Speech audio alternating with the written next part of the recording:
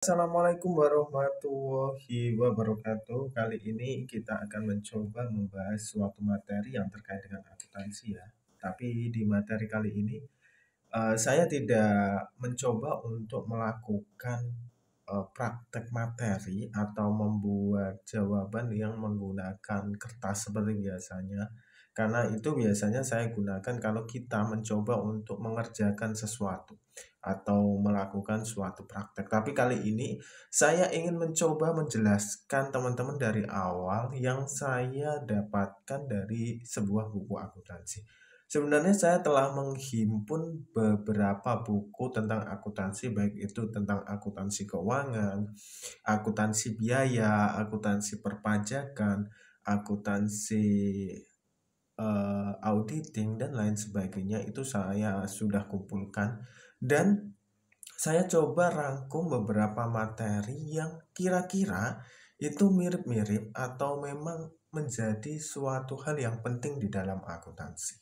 Seperti di sini teman-teman, saya ingin menjelaskan tentang proses dan bisnis yang ada di dalam akuntansi. Di mana di sini kita menggolongkan dari sebuah bisnis di dalam akuntansi. Yang paling pokok di sini kita langsung lihat ini teman-teman.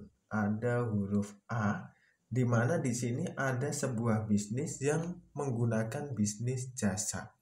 Sebenarnya bisnis jasa itu apa? Bisnis jasa, kalau kita boleh mengambil kesimpulan, bisnis jasa adalah bisnis yang menukarkan suatu service atau jasa kepada customer. Customer itu tidak mendapatkan benda secara fisik, tapi dia mendapatkan jasa dari kegiatan tersebut. Contohnya apa? Misalnya, contohnya adalah ojek online. Di sana, yang namanya ojek online tidak mungkin kan si customer akan diberikan motor. Tidak mungkin. Tapi customer akan dilayani menggunakan motor. Dan ini dalam pencatatan akuntansi biasanya nanti yang keluar itu biasanya tidak ada harga pokok produksi atau harga pokok produk itu tidak ada. Biasanya yang keluar adalah harga dari apa yang mereka keluarkan ketika membuat suatu layanan tersebut. Misalnya pembelian bensin atau pengisian kendaraan dan lain sebagainya. Terus yang kedua, yang terkait dengan customer yaitu bisnis dagang. Bisnis dagang itu apa? Di sini dijelaskan bahwa bisnis dagang umumnya menjadi perantara antara produsen dan konsumen dengan membeli produk untuk dijual tanpa mengubah. Artinya apa? Di sini kita misalnya di sini akan ada spidol. Kita membeli spidol dengan cara grosir misalnya, lalu kita menjualnya lagi dengan cara eceran. Itu kita tidak merubah. Tapi berbeda ketika kita membeli tutupnya sendiri, terus wadahnya sendiri, isinya sendiri, terus kita racik dan kita jual berupa spidol seperti ini. Itu sudah masuk dalam kategori ketiga. Kategori ketiga apa? Kategori ketiga di sini adalah bisnis manufacture, di mana perusahaan akan mengolah dari barang mentah untuk menjadi barang yang siap dijual. Itu adalah dari segi bahan manufacture. Terus yang berikutnya adalah agraris. Bisnis agraris adalah bisnis yang memiliki keterkaitan dengan pertanian, perkebunan, peternakan, dan perikanan. Kalian bisa menggarisbawahi bahwa agraris itu kegiatannya memang memproduksi. Tapi memproduksinya kan dia tidak lantas membeli bahan mentah, kan tidak.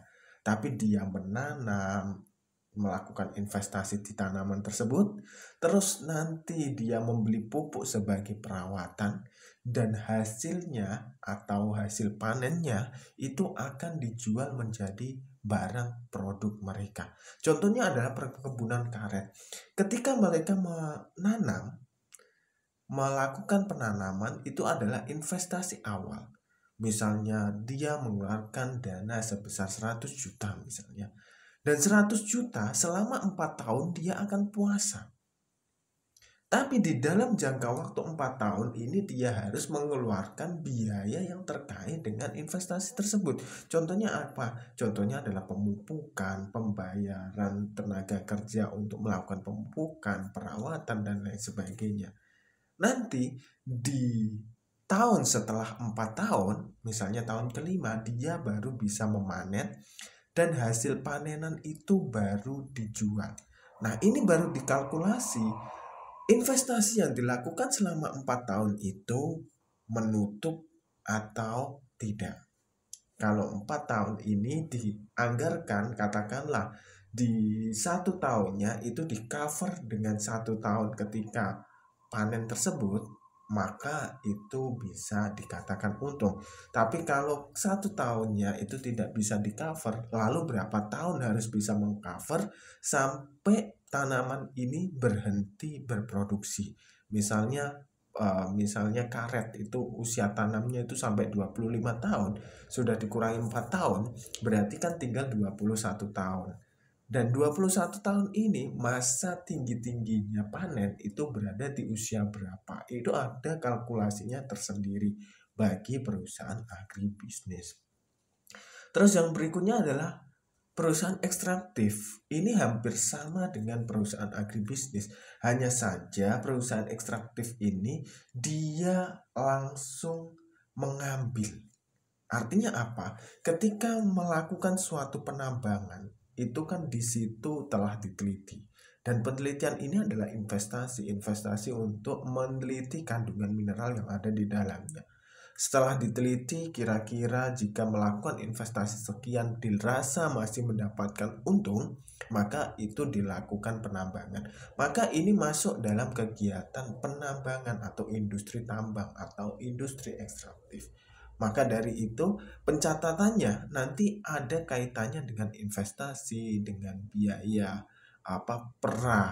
misalnya pra penambangan dan lain sebagainya. Itu adalah hal-hal yang perlu diperhatikan. Setelah mereka penambangan selesai kan ada analisis dampak lingkungan dan mereka harus merehabilitasi apa yang ada di dalam lingkungan tersebut. Ketika lingkungan itu bermula dari lingkungan hijau, maka setelah ditambang mereka harus mengembalikan sebagai lingkungan hijau. Maka itu adalah termasuk dalam kegiatan ekstraktif. Terus yang berikutnya, itu semua kan sudah terkait dengan sistem pencatatan dan sistem pengolahan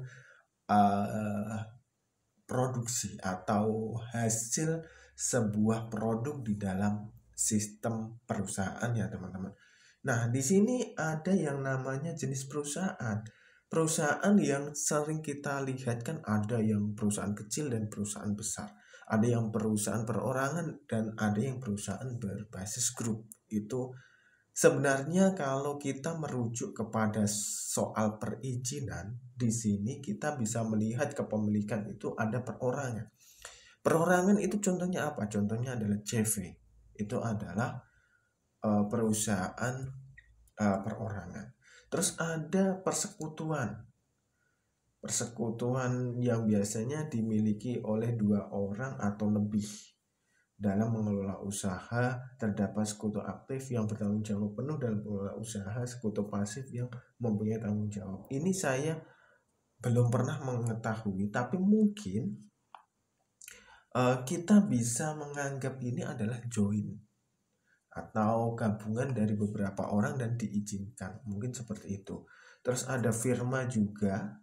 Ini adalah dimiliki oleh 2 orang yang bersama usahanya, setiap anggota memiliki kedudukan yang sama. Terus yang ketiga adalah perseroan terbatas, yaitu PT.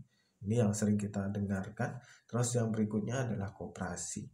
Nah, yang sering saya dapatkan atau saya jumpai adalah di perusahaan perorangan, terus perusahaan terbatas ini PT dan juga koperasi. Ini yang saya sering temui. Untuk persekutuan komanditer dan persekutuan firma saya tidak mengetahui.